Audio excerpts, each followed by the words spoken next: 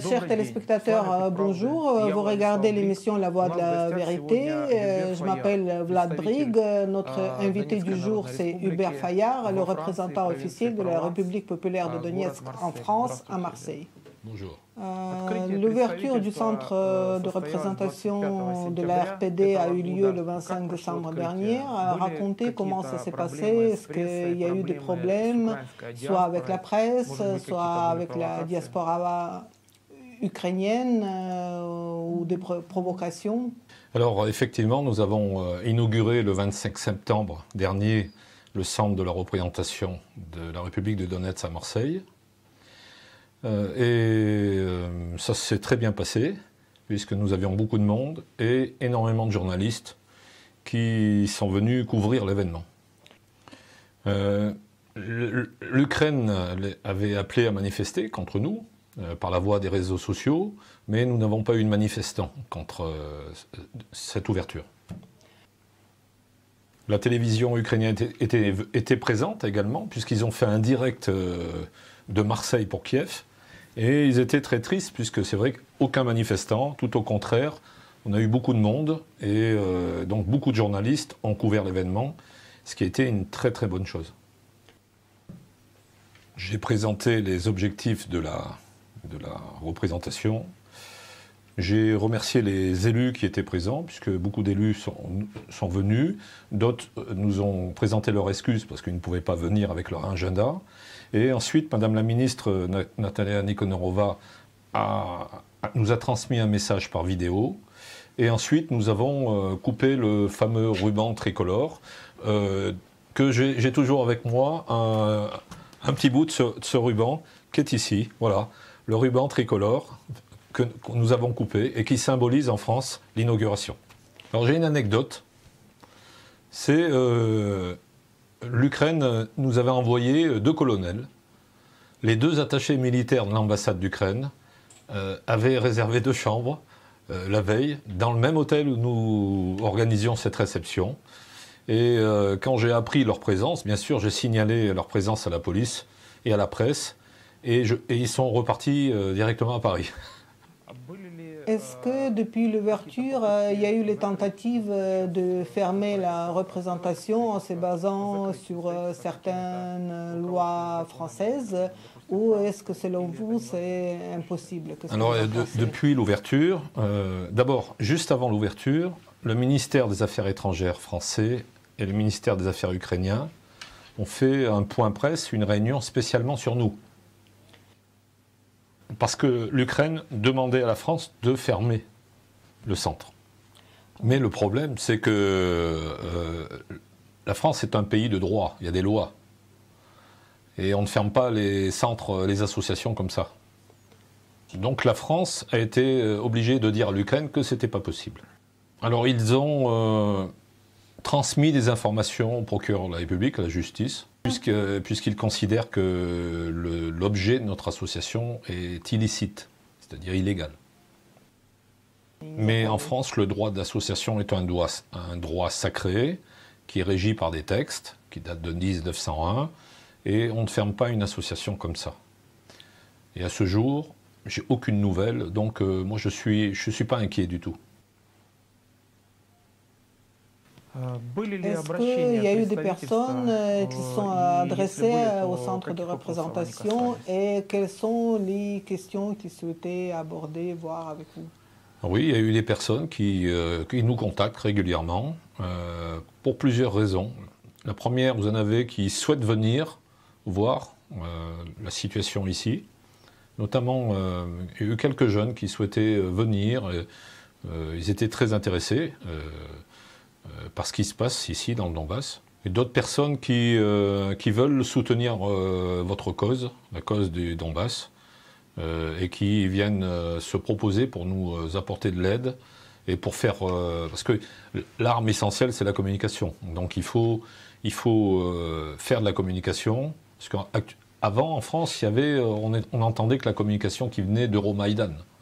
Donc maintenant, il faut contrebalancer cette communication. Et on le fait aussi en développant les contacts, les contacts avec les gens. Mais les lignes bougent, c'est indiscutable. On sent quand même que ça bouge à tel point que J'ai même un élu de poids, le maire de Marignane, c'est une ville de 40 000 habitants, et qui est vice-président du département des Bouches-du-Rhône, a apporté officiellement son soutien à la République dans le journal, dans la presse. Donc c'est un signe. Qu'est-ce que les Français savent de ce qui se passe ici dans la République, à Donetsk? Quelles informations ils reçoivent des médias mainstream? Alors, la France, comme beaucoup de pays d'Europe, ne dispose pas d'une information objective, puisque dans toute l'Europe, il y a le bashing anti-Russie, le bashing anti-Poutine.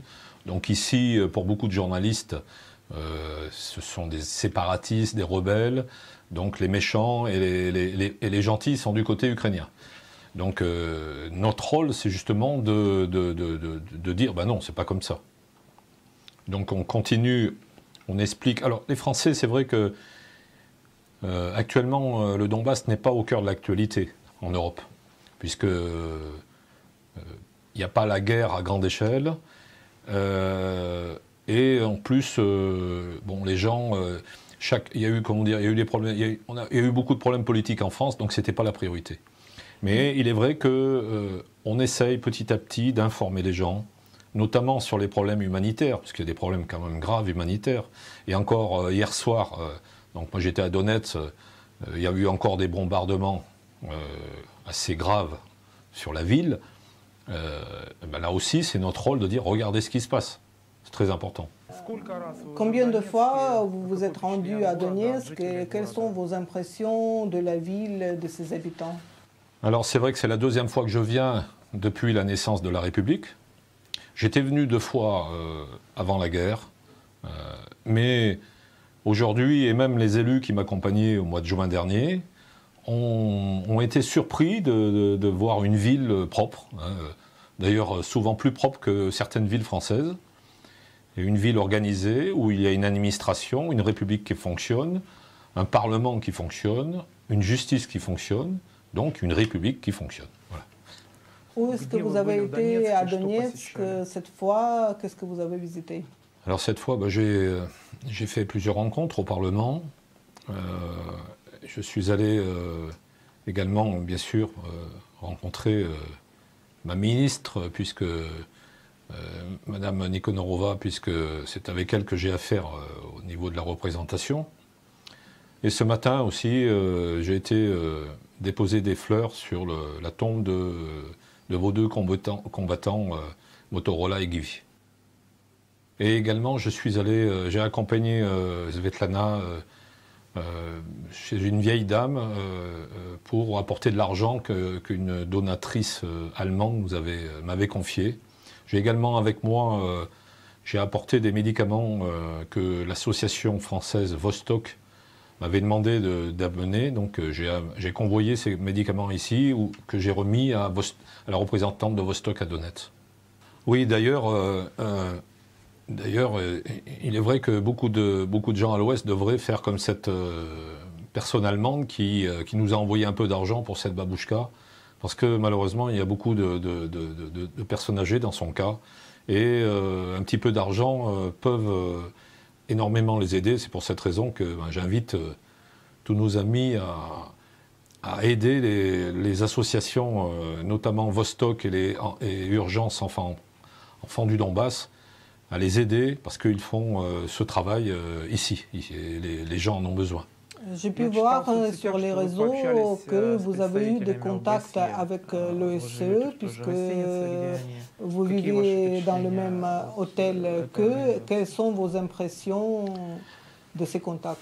Alors effectivement, je loge dans le même hôtel que les observateurs de l'OSCE. Alors d'abord, c'est la première fois que je voyais des observateurs de l'OSCE. J'ai cru que d'abord c'était des touristes, puisque, comment vous dire, ils sont dans cet hôtel, on dirait qu'ils sont en vacances. Et ça m'a quand même surpris de voir qu'ils ne travaillaient pas beaucoup. Hein. Par exemple, hier soir, alors qu'il y avait des bombardements, ils étaient à l'hôtel, hein, au restaurant, en train de dîner confortablement. Et j'ai été quand même surpris que, normalement, ils devraient aller sur le terrain. Mais ils n'y vont pas. Ça, c'est le premier point.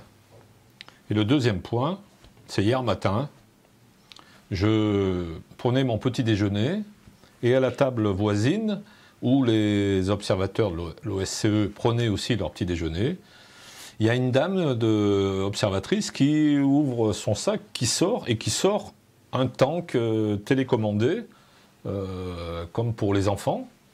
Bon, jusque-là rien, mais le problème c'est que c'était un tank, un Tiger, donc un tank nazi, une reproduction d'un tank nazi, et quand même, je dis, c'est quand même incroyable que les observateurs jouent avec ce genre de choses.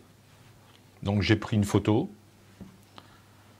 et je lui ai demandé, mais vous vous rendez compte, c'est une réplique d'un char Tiger du Troisième Reich, et elle était offusquée de ma question, et m'a demandé de supprimer la photo, mais j'avais déjà publié la photo parce que j'ai trouvé ça scandaleux.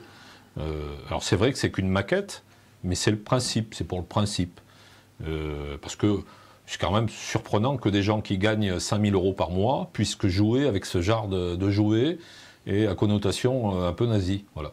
J'étais très surpris. On est en droit de se poser des questions.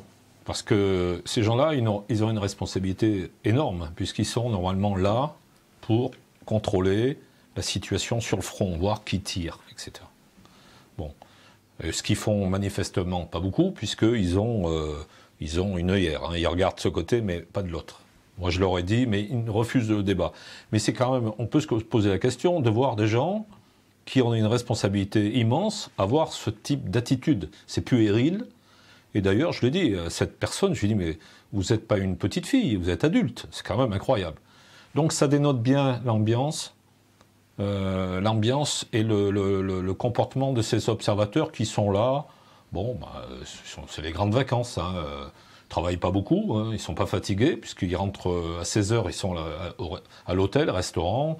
Et ça, je regrette, parce que s'ils faisaient réellement leur travail, ils pourraient dire que... voilà, d'où vient le mal. Voilà. Si on revient au travail du centre, quels sont vos projets, quelles perspectives vous voyez? Est-ce que vous pensez peut-être organiser des expositions, des manifestations peut-être culturelles? Quels sont vos projets? On a beaucoup de projets. Le premier, c'est on veut ouvrir un site internet en collaboration avec le ministère pour toujours dans notre objectif d'informer.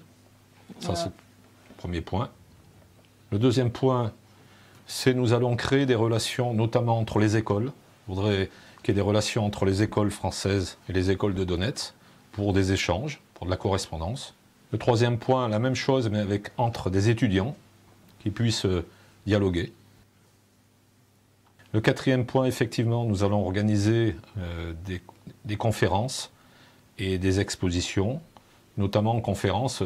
Je vais faire appel à Xavier Moreau, je pense qu'il est venu ici, qui m'a dit oui, et il viendra faire une conférence sur l'Ukraine, sur le Donbass, dans plusieurs villes du sud de la France.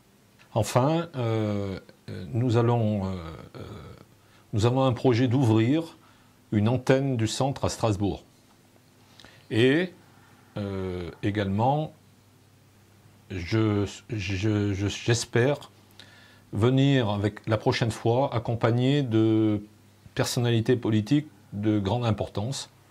Donc pour l'instant, je ne dirai pas qui, mais c'est en préparation, j'espère qu'ils pourront venir.